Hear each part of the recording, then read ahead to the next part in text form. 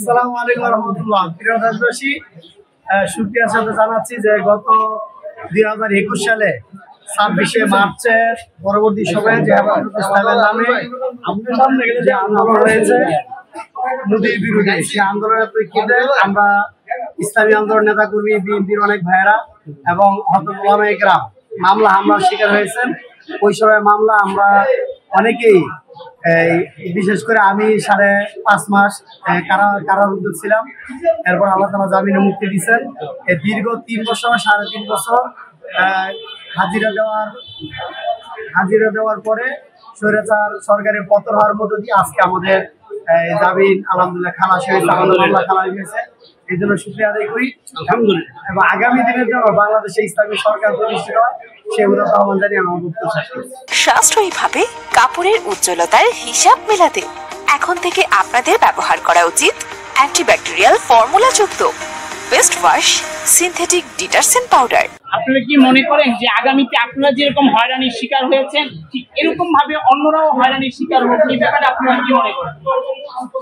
আমরা চাই যে আমরা যেভাবে মিথ্যা মামলার শিকার হয়েছি, জেল খেটেছি, আগামী দিনগুলোতে যাতে করে আমাদের এই দেশবাসী মিথ্যা মামলা বা হয়রানিমূলক মামলার শিকার না হয়। এই জন্য দেশবাসীর উচিত, জনগণের উচিত ঐক্যবদ্ধভাবে মুতাবিল আল্লাহ আলেমুল আমাদের নেতৃত্বে আমাদের ঐক্যবদ্ধ হওয়া এবং আগামী দিনে ইসলাম হুকুমত প্রতিষ্ঠার জন্য আমাদের কাজ করা। আলহামদুলিল্লাহ, শুকরিয়া আল্লাহ তাআলা আমাদেরকে আজকের এই মামলা, 2টা মামলা থেকে, এটা নাকি 2021 সালে হয়েছে, সেই মামলা থেকে বিজ্ঞ আদালত আমাদেরকে 21 সালে খালাস দিয়েছেন। এই জন্য বিজ্ঞ আদালতকে শুকরিয়া জানাই, সর্বোপরি আল্লাহ তাআলা শুকরিয়া জানাই এবং দেশবাসীর প্রতি উদাত্ত আহ্বান, সামনে যাতে আর কোনো সরকার, কোনো ব্যক্তি, কোনো প্রতিষ্ঠান বা কোনো গোষ্ঠীর বিরুদ্ধে কোনো প্রকার মিথ্যা হয়রানি মামলা না দেয়, সেদিকে আমাদের সকলকেই ঐক্যবদ্ধ হয়ে কাজ করতে হবে। ইনশাআল্লাহ আমরা সকলে ঐক্যবদ্ধ আছি। আল্লাহ তাআলা আমাদের সকলকে ঐক্যবদ্ধ থাকার তৌফিক দান করুন। আসসালামু আলাইকুম।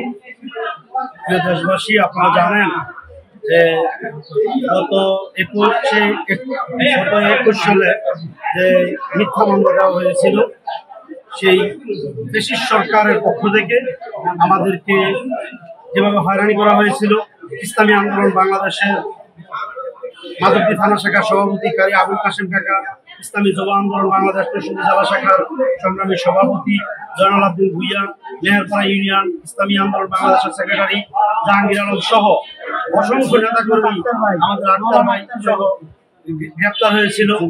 এই যুব জমিয়তের আক্তার, মাধবদী থানার সেক্রেটারি যশোর জেলা শাখার সংগ্রামী সাধারণ সম্পাদক আক্তার ভাই, উনি সহ যে আলেম ওলামারা গ্রেপ্তার হয়েছিল।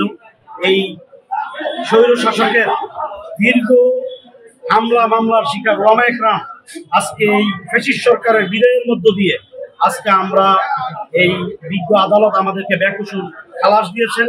এই মামলা যে ভুয়া মামলা, মিথ্যা মামলা এবং গায়েবী মামলা, এটা কিন্তু আজকে বিজ্ঞ আদালত স্বীকার করেছে এবং আমাদেরকে হয়রানি করেছে।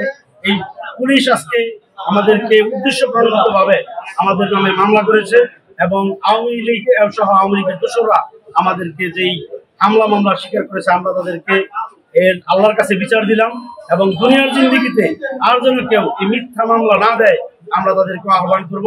সামনে যে আমাদের জন্য যে সময় রয়েছে, ইসলামী আন্দোলন সহ ইসলামের পক্ষে শক্তিকে আগামী দিনে ক্ষমতায় এনে আমরা এই দুর্নীতিমুক্ত, শোষণমুক্ত সমাজ বিনির্মাণে ইসলামী আন্দোলনকে ক্ষমতা আনার জন্য আহ্বান রাখবো।